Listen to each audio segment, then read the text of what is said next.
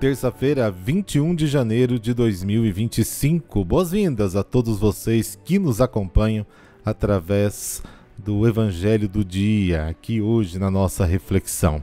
Então, lembrando que a partir de amanhã o podcast não estará mais disponível no YouTube, mas permaneçam lá no canal, porque eu vou compartilhar outros conteúdos com vocês, inclusive o meu passatempo, que é no dia da minha folga, eu vou mexer com a roça. Você vai ver minhas plantações, vai ver o que eu tenho lá de frutas, de flores. Vai ser bem legal também você acompanhar por lá. Nós vamos agora estar no Spotify, continuar com ele, e também você pode receber o áudio, mas não no YouTube, o áudio pelo WhatsApp, tá bom? O super abraço de hoje vai para o Gabriel Albuquerque, na Austrália, e lá participa de um grupo de oração. Então, Gabriel, estende esse abraço aos brasileiros aí do seu grupo, tá bom? Também Luma Comério, de Vila Velha, Espírito Santo, Clara Esteves, de Cuiabá, no Mato Grosso, Melissa Fialo, de Araçatuba, São Paulo, e a Marina de Alfenas, Minas Gerais. Que Deus os ilumine sempre. Parabéns pelo seu dia. Hoje, a igreja celebra Santa Inês. Este podcast é um oferecimento. Supermercado Campará. A garantia do melhor preço e aquele atendimento que você merece e faz a diferença. Econorte, revendedora Ford Kia. Ideal para você. A sua concessionária em São José dos Campos e Caraguatatuba, São Paulo. Farmácias Vale Verde. Mais que farmácia, nosso atendimento inspira saúde, beleza e bem-estar. Os contatos dos nossos apoiadores estão na descrição deste podcast. A lei existe para o bem das pessoas. Num dia de sábado, os discípulos passam pelas plantações e abrem caminhos, arrastando espigas de milho. Em Mateus 12 diz que eles estavam com fome. Invocando a Bíblia, os fariseus criticam a atitude dos discípulos. Seria uma transgressão da lei do sábado, como está em Êxodo capítulo 20. Jesus responde invocando a própria Bíblia, para indicar que os argumentos dos outros não têm razão de ser.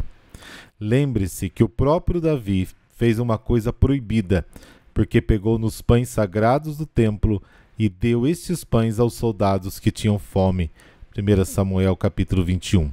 Jesus termina com duas frases importantes. Primeiro, o sábado foi feito para o homem e não o homem para o sábado. Segundo, o Filho do Homem é Senhor também do sábado.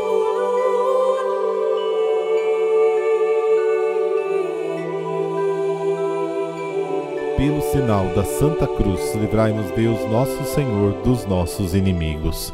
Deus eterno e todo-poderoso, que escolhestes as criaturas mais frágeis para confundir os poderosos, dai-nos ao celebrar o martírio de Santa Inês a graça de imitar sua constância na fé. Amém.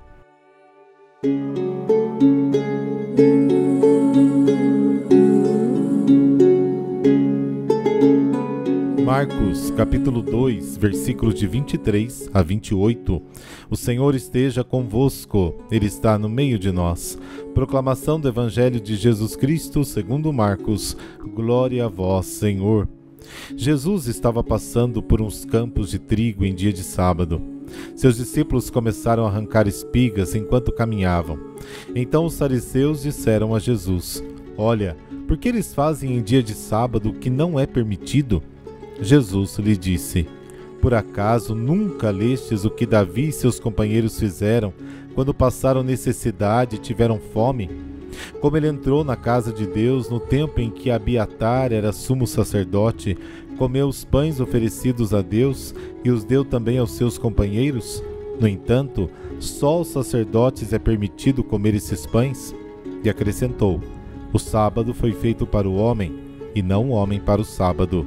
Portanto, o Filho do Homem é Senhor também do sábado. Palavra da salvação. Glória a vós, Senhor.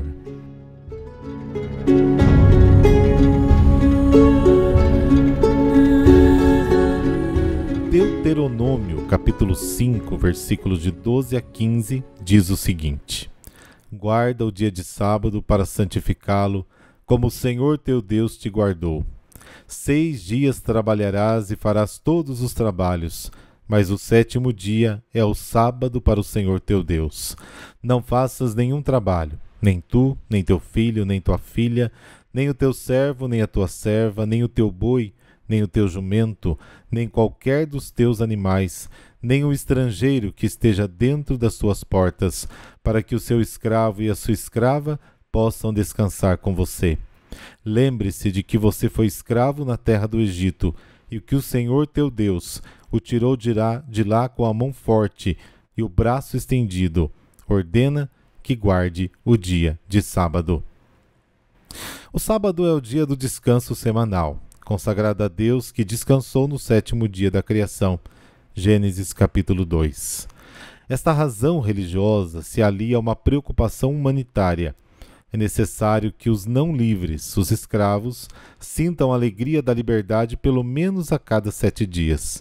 Além disso, os israelitas devem se lembrar de que são livres porque Deus os libertou da escravidão. O sábado é, portanto, uma celebração memória, um memorial daquilo que Deus fez por eles e de como Deus quer o homem livre. Os discípulos começaram a colher espigas de milho. A lei permitia explicitamente esse gesto. Deuteronômio capítulo 23, que diz assim: se passares pela colheita do teu próximo, podes colher espigas com a mão, mas não ponhas a foice na colheita do teu próximo. Mas isso não fazia alusão ao sábado.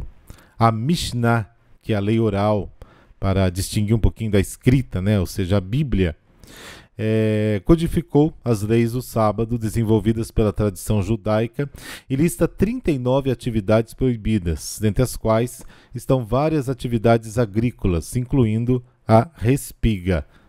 Também foi especificado que não se podia arrancar as espigas de milho, apenas descascá-las com os dedos.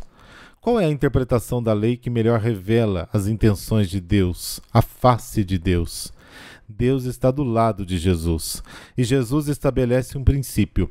O sábado foi feito por causa do homem, e não o homem por causa do sábado.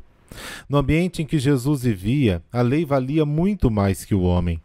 Jesus não aboliu a lei, mas contestou as falsas interpretações da lei, e indicou o princípio que dá valor a toda a lei.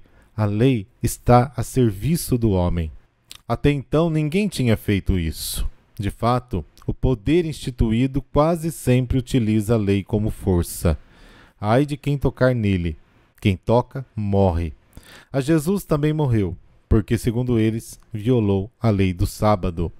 O sábado foi feito para o homem. Significa, antes de tudo, que toda lei, mesmo a mais sagrada, é para benefício do homem. Na criação, tudo foi feito para o homem, inclusive o sábado, que é figura do próprio Senhor da vida.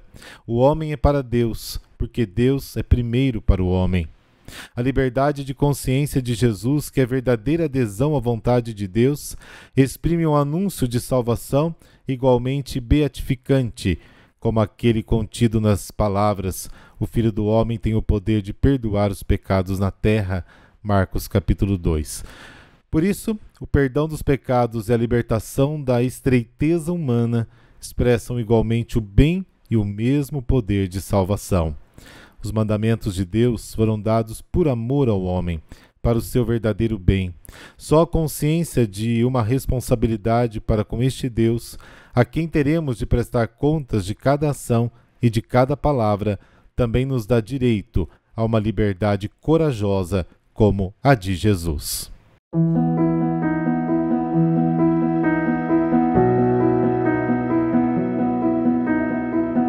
Santa Inês. Ela nasceu numa nobre família romana que deveria ser cristã, porque desde cedo ela, por amor a Cristo, o escolheu por esposo e a ele consagrou a sua virgindade. Porém, já aos 13 anos era muito atraente e com esta idade recebeu pedidos de casamento de vários pagãos, incluindo o filho do prefeito de Roma.